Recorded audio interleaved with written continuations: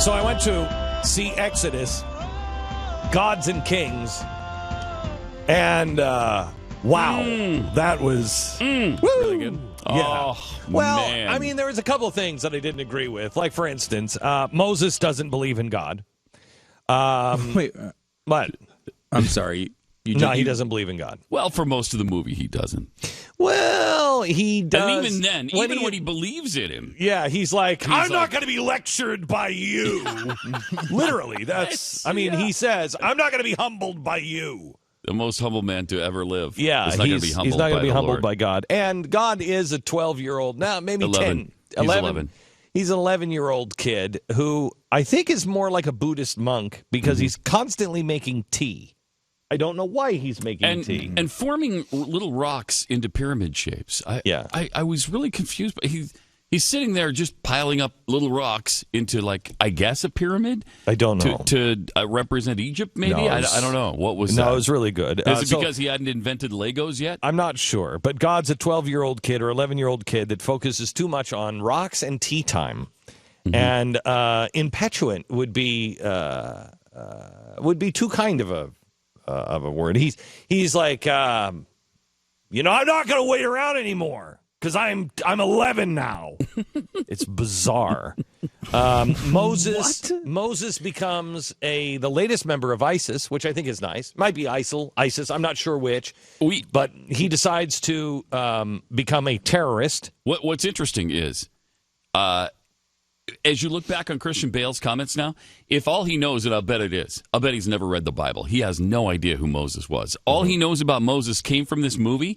He's exactly right. Yeah, he's exactly right. Because Moses was a terrorist in this movie. And by the way, when he does go up into the mountain, you have to understand, too, that Christian Bale was probably right because he went up on the mountain and he didn't just see God. What happened was there was a rock slide and Moses was hit in the head by a rock.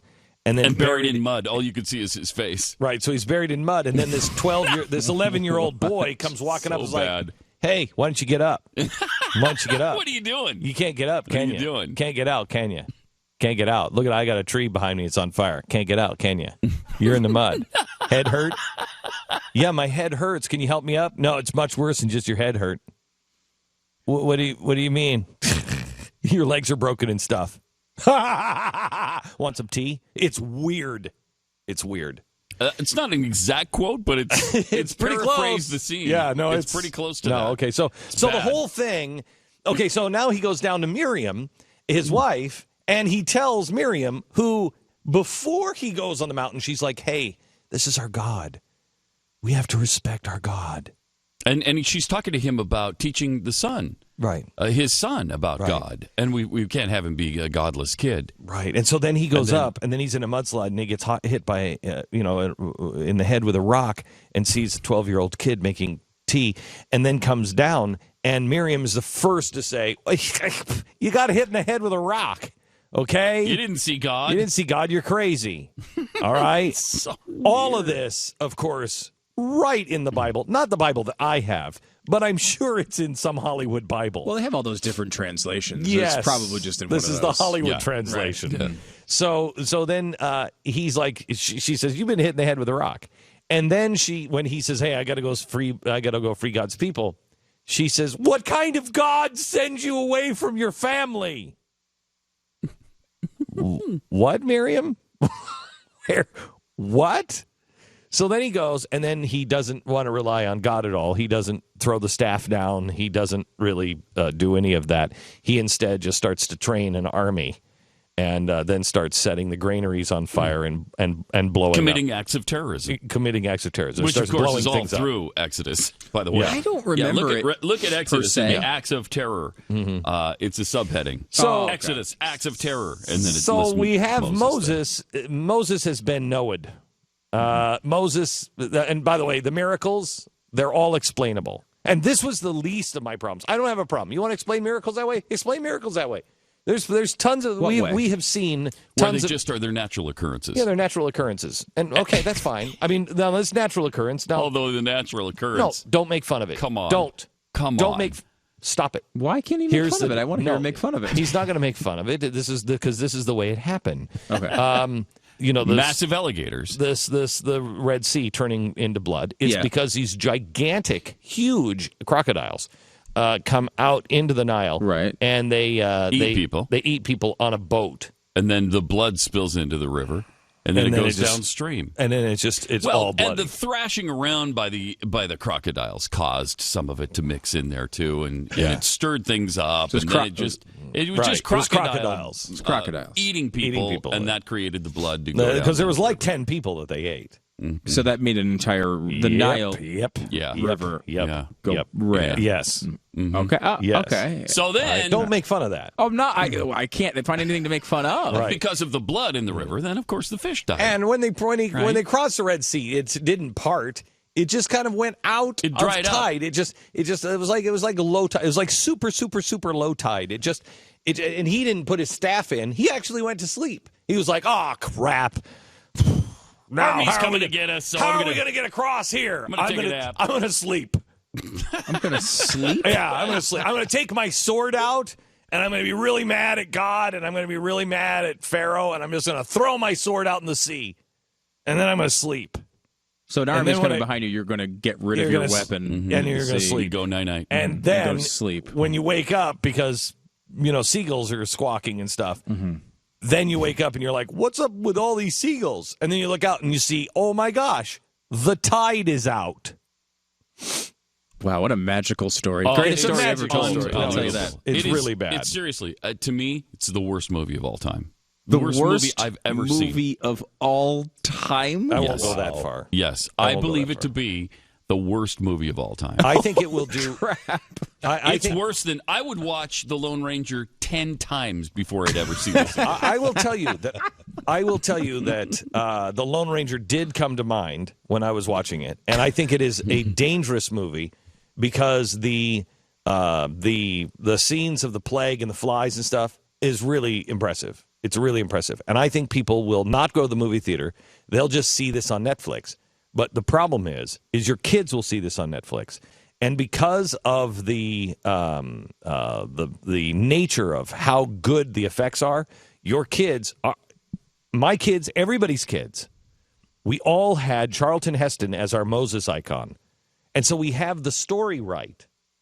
This is going to become the story that your kids will see. If you watch it on Netflix, you don't have to go to the movie theater. People will just go, I'm curious, I want to see it. They'll watch it, and they'll watch it with their kids.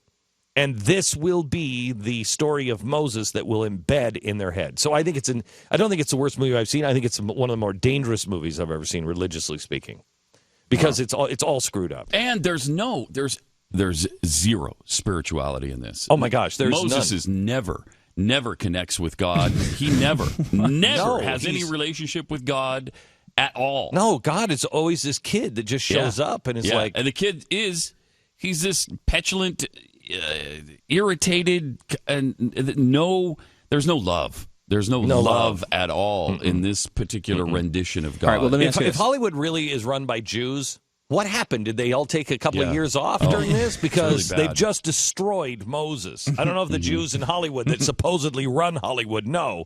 You've just destroyed Moses. All right, let me ask you this. Bad movie death match. What movie is worse, Noah or Moses? This. Or Exodus. Exodus worse than Noah. To me, worse than Noah. Yeah. Glenn? More dangerous than Noah. Not as laughable as Noah. And not as laughable. No, Noah was laugh out loud with the rock people. Yeah, the rock people made it, and that's what makes it better, I think, the rock people. Yeah, it makes it less dangerous. Yeah, it's less dangerous. It's less subversive to religion. I think this is a very subversive movie for religion. If you were holding out hope that this was going to be it's not. Don't give them any money. Don't give them any money. Don't rent it on Netflix. Don't do anything. Avoid this one literally like the plague that it is. Go, like Pat said, go watch The Lone Ranger. Twice. 10 times. 10 times. 10 times before you see this one. I really want to ask Hollywood, and this is the business side in me. Who are you appealing to? It's a great question. When you said in the movie, because this is what the first 20 minutes of this movie I watched, and I looked at, with an exception that Aaron is just missing. I looked at Jackie and Tanya and Mikkel, and I said, Okay, so far I don't have a problem with this. I mean, it's not quite right, but I'm okay with this. The first 20 minutes. First 20 minutes, you're like, okay.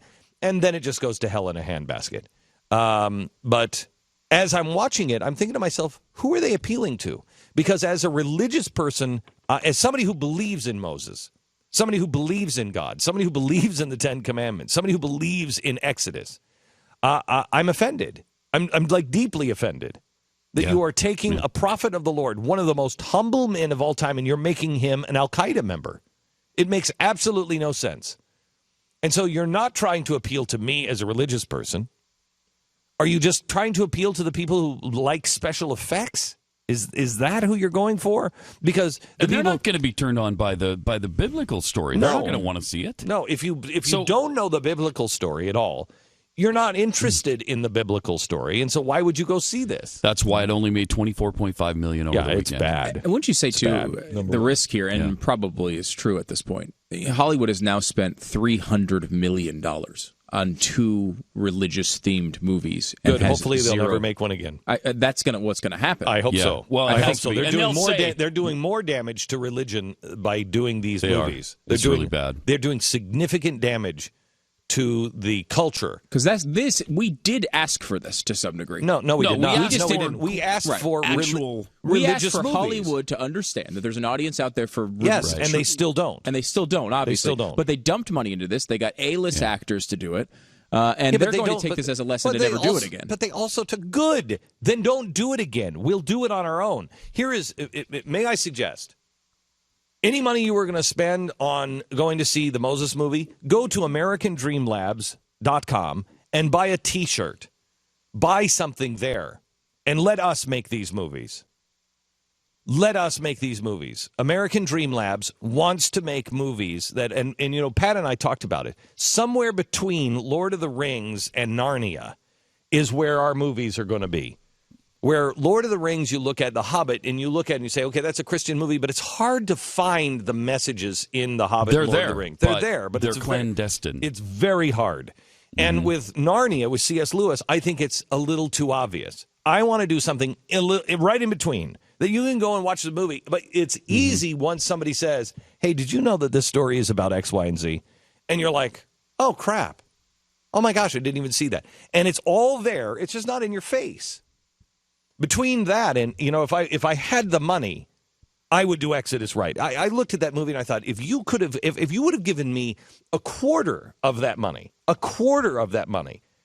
would have given Cecil B. DeMille a run for his money. It could be done and be done right. And it doesn't take $200 million to do it. It just takes an understanding of the text and a love of God to be able to do it. So what I would ask you, if you want to see movies, pray that Hollywood stops, because they are doing damage to religion. I don't want them to make any more movies. I'd like to leave that. I was going to say religious movies, but no, I'd like them not to make any more movies. But anyway, go and donate at AmericanDreamLabs.com. It's actually not a donation. You're buying a product. Go buy a painting of the Last Supper that was done by the head of the Dream Labs. It's unbelievable. Go buy a T-shirt for the Revolutionary. That is a story of, well, I don't want to tell you. That's a good story that we want to show to you someday soon. A history house, putting our history back into a usable way that people can consume and consume with their children. Here's the worst thing about Exodus. Our children are going to have this as their benchmark. Do not go see this movie. Do not go see the movie. It is really not good. It's putrid. It's subversive.